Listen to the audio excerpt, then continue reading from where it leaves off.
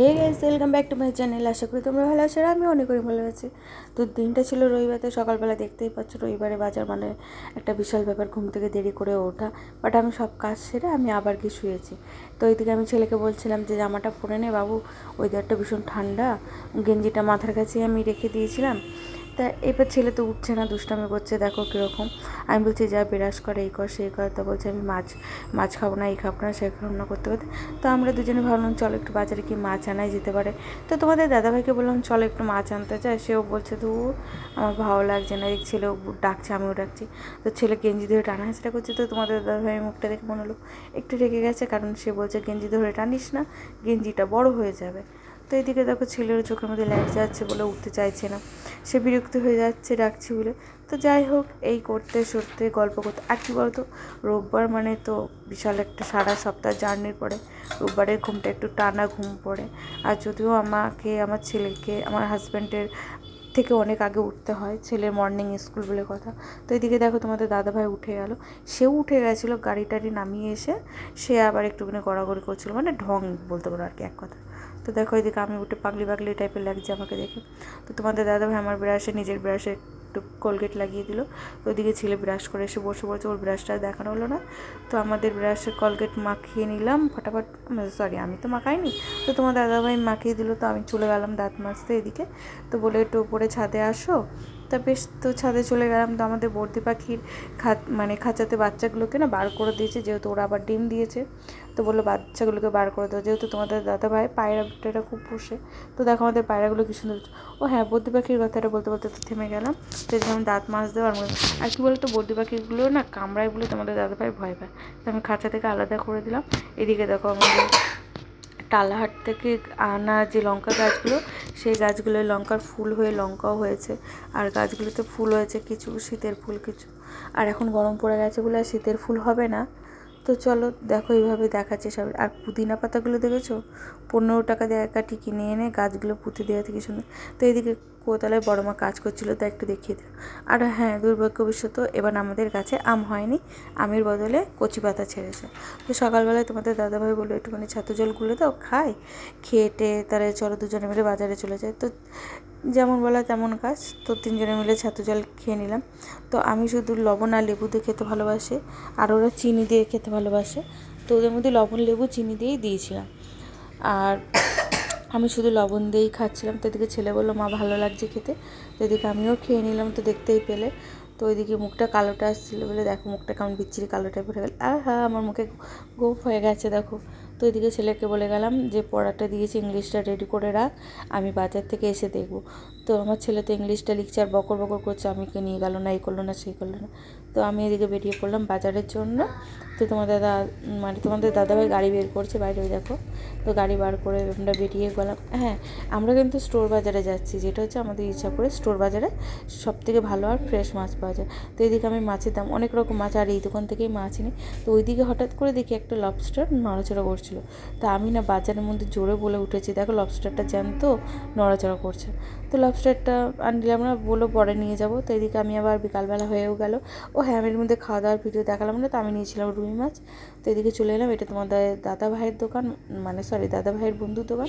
তো তার দোকান থেকে গিফট নিয়ে নিলাম, আমি নেওয়ার পরে চলে গেলাম বাড়িতে এসে সেজে গুজে আমি তোমাদের বলে দিলাম টাটা। তো এদিকে দেখো, আর হ্যাঁ, নেমন্তন্ন বাড়িতে আমার ছেলে, আমার যা, আমার শাশুড়ি মা আর আমার জায়ের ছেলে, এই চারজনই আমরা গেছি। ও হ্যাঁ, আর আমার মেজে দেওয়ার আর আমাদের মানে বড় জেঠি শাশুড়ি।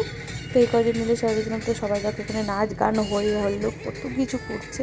তো আমার তো বেশ ভালোই লাগছিলো দেখে। হ্যাঁ, আমি একটু ওদের ভিডিও করে, এত সুন্দর নাচ করছে। তো এদিকে কিন্তু আমার শাশুড়িকেও টেনে নিয়ে যাওয়া হয়েছে এই নাচের জন্য। তো দেখো, আর আমার শাশুড়িকেও টেনে নিয়ে গেল।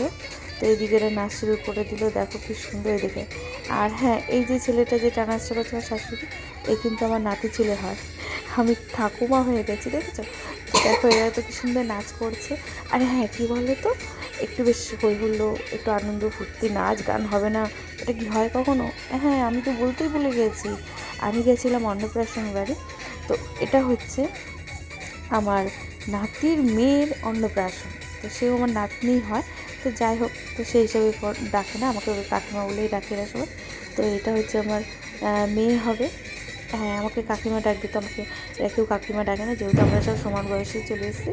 তো এদিকে তো খুব হই আল্লাহ, মানে ভীষণ আনন্দ হয়েছে। যাই হোক, আর আমার সামনেই বাড়ি, সেই বাড়িটা যে বাড়িটার অনুষ্ঠান আর কি, আমার সামনেই বাড়িতে এই যে দেখো আমার ছেলে নাচের কোনো ছিঁড়িবির দিনে ও যেমন তেমন ঢং বং কত কিছু করে দেখো। তো চলে এলাম এদিকে, মানে নাচ টাচ দেখছি বেশ সুন্দর করে। ও হ্যাঁ, তার মধ্যে কিন্তু আমি শুধু নাচই দেখিনি, তার মধ্যে কিন্তু আমি একটু খাওয়াও সেরে নিয়েছি। তা খাওয়াটাও ছিল, স্টলে ছিল ফুচকা, আর ওটা ছিল আমার যত সম্ভব মনে হলো ক্রিস্পি বেবি চিকেন আর কি, যত সম্ভব আমার মনে হলো ওটা ফ্লেভারটা টেস্ট ওরকম। তো আমি খুব বেশি খাইনি, অল্পই খেয়েছি। যদিও এখন আমার চিকেন মাছ মাংস কোনোটাই ভালো লাগে না খেতে, কেন কি জানি এখন অরুচি টাইপের হয়ে গেছে। যাই হোক, তো হ্যাঁ আর হ্যাঁ, এইটা কিন্তু আমার বান্ধবীর মেয়ে চুটকুলি, একদম দেখো এর নাম শৈরীতি, কি কিউট তাই না, ও সেজে গুজে। তা আমি একটু চুপি চুপি করে ভিডিও করে নিলাম।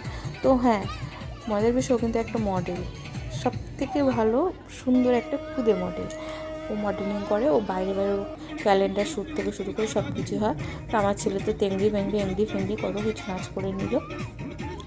তবে যার অন্নপ্রাশন তার আমি ফার্স্টে গিয়ে কোনো ফটো তুলিনি, ভিডিও করিনি, শেষে কিন্তু আমি দেখিয়েছি। তো হ্যাঁ, ওই ক্রিসপি চিকেনের সঙ্গে ছিল কফি, পনির পকোড়া।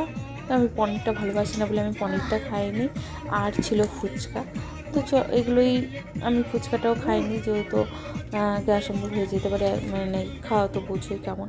তো এইদিকে দেখো দাদা ভাই আর ভাই মিলে কীরকম দুষ্টামি করছে দেখো। আর আমি বলছি, কী রে তোরা কি প্লেটে এত খাবার খেয়েছিস, আমি এরকম করে বলছি। তো এদিকে আমার ছেলে মেনু কার্ডটা নিয়ে এসে দেখছে কী কী আছে না আছে, কী রান্না হচ্ছে না হচ্ছে, কার ফটো কী বৃত্তান্ত দেখছে। আর এদিকে কিন্তু আমাদের বড়জন কিন্তু একটু করে দুষ্টুমি করছে, ও কিন্তু থেমে নেই, ওর ভাইকে ডিস্টার্ব করা ছিল। তো আমি এদিকে আবার প্যান্ডেলটা কেমন বানিয়েছে সাজিয়ে গুছিয়ে, মানে কেমন সুন্দর করেছে দেখেছো তো। তো আমার খুব ইচ্ছে ছিল আমার ছেলের অন্নপ্রাশনটা ওইভাবে করব, যেহেতু আমাদের একজন নিজস্ব রিলেটিভ মারা যাওয়ার কারণে আমার ছেলের অন্নপ্রাশনটা হয়নি। তবে হ্যাঁ, অন্নপ্রাশন হয়নি ঠিকই, 1 বছরের জন্মদিন আর 5 বছরের জন্মদিন খুব হলো। তো এইদিকে দেখো আমার বড় যা বলছে, তুই ফটো তুলছিস ভিডিও করছিস, তুই আমাকে বলবি না আমি একটু সুন্দর করে সেজে গুজে দাঁড়াই। তো দেখো এদিকে ফটো তুললাম, তার সঙ্গে আমার ভিডিও করে নিলাম। তো দেখো দেখতে কত সুন্দর লাগছে আমাদেরকে, তাই না? আরে কী বলো তো, যা যা মিল থাকলে অনেক ভালো লাগে। তো ও হ্যাঁ, দেখো মেনু কার্ডে দেখিয়ে দিলাম কী কী হয়েছিল, আমরা কী কী খেয়েছি কী কী খাইনি। হ্যাঁ, তার মধ্যে আমি 2টো জিনিস খাইনি, ওই পনিরটা আর মাছটা খাইনি। তো দেখো এই যে আমাদের কিউট গার্ল, এর ছিল অন্নপ্রাশন। তো আমার এই ভিডিওটা যদি ভালো লেগে থাকে অবশ্যই লাইক কমেন্ট আর শেয়ার অবশ্যই করবে।